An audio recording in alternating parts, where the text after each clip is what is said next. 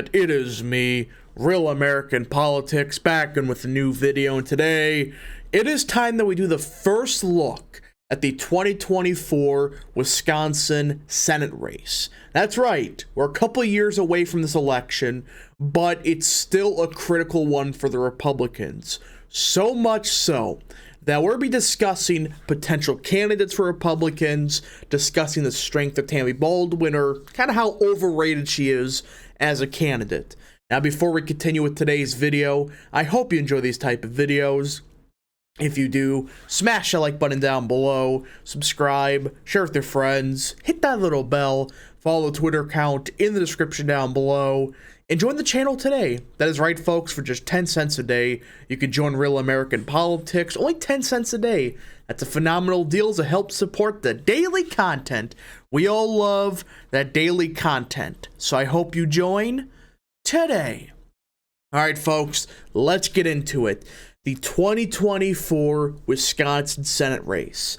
This is a critical one for both parties, in particular for the Republicans. Now, I'm going to go on a limb and say this. I strongly believe that Republicans will get the Senate majority in 2024. The map, just not that good for Democrats. I mean, you got West Virginia, you got John Tester in Montana, you got Sherrod Brown in Ohio, and you got a place like Arizona, Nevada, now Wisconsin, which is today's subject. So Republicans will, I think, get the Senate majority in 24. But this is a race I strongly believe Republicans must target to expand the majority, because I think they will get the majority. I just don't know how big. But I think if Republicans do somehow pull this off in Wisconsin, you're looking at probably 52, 53 Senate seats, which I'll take. I'll take it considering what happened in 2022. Now, the question is this: can Republicans win this race? My answer, absolutely. Look, people are going to say that Tammy Baldwin's a strong candidate. Let's look at her past performances. 2012, she ran against Tammy Baldwin ran against Tommy Thompson, Governor Thompson, who I'm a Thompson enjoyer. He was a good governor in the 80s and 90s. But this wasn't, 1998, all right? This was 2012. This was over a decade after Tommy Thompson was the governor of Wisconsin. And he ran in a brutal primary. You notice a trend. You're going to notice a trend real quickly about these primaries.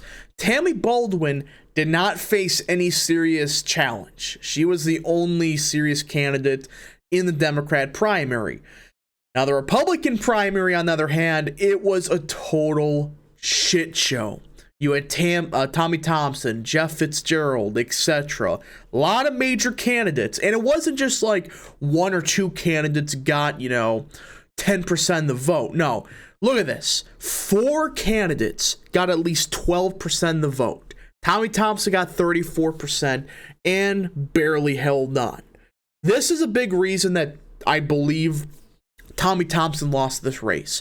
He spent so much money and resources just to hold on the primary. People forget that this was a fairly competitive primary. And you look at the general election. I mean, you look at the polling before the primary and just barely after the primary, Thompson was actually favored.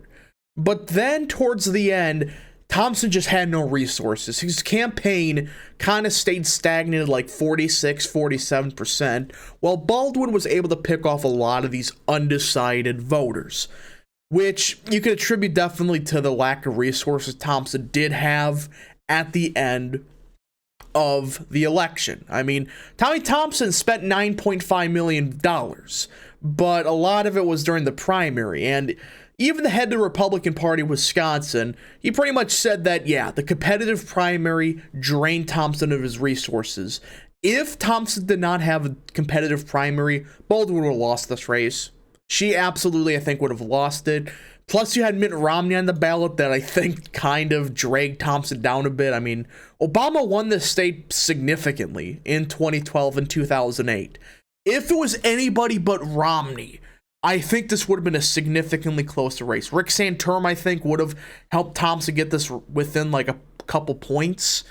And I think if it wasn't for the primary, Thompson would have won the Senate race. He would have won this seat if it wasn't for the competitive primary. Now, 2018, Baldwin won by around 11 points, but you look at hindsight and you realize this is kind of an underperformance. This was a blue wave in Wisconsin. She went against a fairly weak candidate in Vukmir. Look, I never liked her at the time, still don't. She was a terrible candidate, and this was a seat that we should have ran Kevin Nicholson. I mean, Vukmir did not do that good whatsoever. And again, Tammy Baldwin ran in an uncompetitive primary. I mean, she got 99% of the vote. While the Republican primary, just look at this. You had Kevin Nicholson versus Vukmir as the two main candidates. And, well, it was close. But Vukmir did win by around 5.5. She won because, well, she ran it up in the Wow County establishment.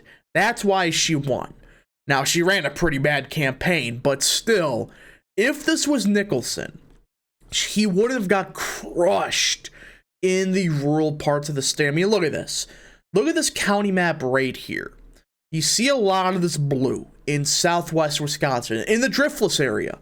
If this was Nicholson, this may have been light blue. This may have been tilt blue. A lot of these counties should have gone Republican. I mean, the fact that Baldwin won some of these places, it's like, good job. And this kind of points to the fact that you can run these Waukesha candidates all you want. You need to do good in the rural parts of Wisconsin. You cannot just get 70% of Waukesha, which is already hard enough to do, and expect to win. Like, no. I mean, Bush, he got like 35% in Dana or something like that, 40% in Milwaukee.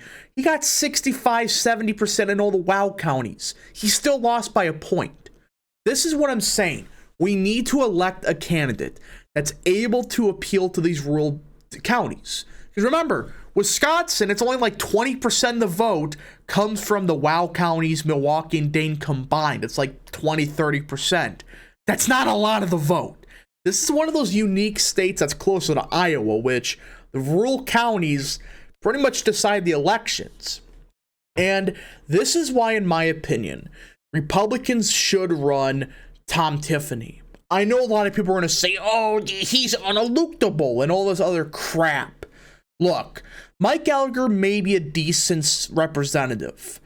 I just don't think he would be a good senator, especially for the state of Wisconsin. When you got a good representative in Tom Tiffany, which in my opinion, he should run. He is the best representative in the Wisconsin delegation. Now, there's a couple good ones like Rothman in the Waukesha area. Van Orden's going to be good, I think. But I think Tiffany overall is the best. And you notice his district. It's the northern rural district of Wisconsin. That's the district that Republicans need to run up to win this election. You notice a lot of these counties were barely red. In fact, there are a couple blue ones. These are the counties, if Republicans ran up the vote here, plus the Driftless area, which I think Tiffany could appeal to, Republicans would win the Senate seat. Now, you can make the argument that Gallagher, oh, he's from the Green Bay area. Sure, there's some votes here, but you start to realize that there's a lot more votes in the Driftless in the north part of Wisconsin than the Green Bay area. It's just a fact. And Tiffany, I think, has the best chance. He appeals to the most important demographic in Wisconsin, the white working class voter. I mean, Gallagher, I think, could do decent with them, but Tiffany would be closer to get Trump margins in a lot of these areas. Now, again, you cannot get crushed in, Dane. Well, you could, but yet at the same time, you have to have reasonable numbers in Waukesha and Ozaki, which I think Tiffany could. Tiffany's the best candidate that could balance out Waukesha numbers, but also do great in the rurals. Gallagher, I fear that he'll do good enough in the Waukesha, but he won't do good enough in the rest of the state. Tiffany, I think, is the best overall candidate, and I do hope he runs. I'm not saying Gallagher's a bad candidate. I just think Tiffany's a better fit for this election. And there's a chance Baldwin may not run again, which, if she doesn't, this is kind of a free flip. I mean, who are the Democrats going to run? Barnes again? I don't think so. But either way, I think Republicans, if they choose Tom Tiffany, they will get the Senate seat. As of now, things could change, but I think he is the strongest overall candidate and would win this seat. Anyways, folks, thank you so much for watching. If you did enjoy this video, smash the like button down below, subscribe, share with your friends, hit that little bell, follow the Twitter account in the description down below, and join the channel today.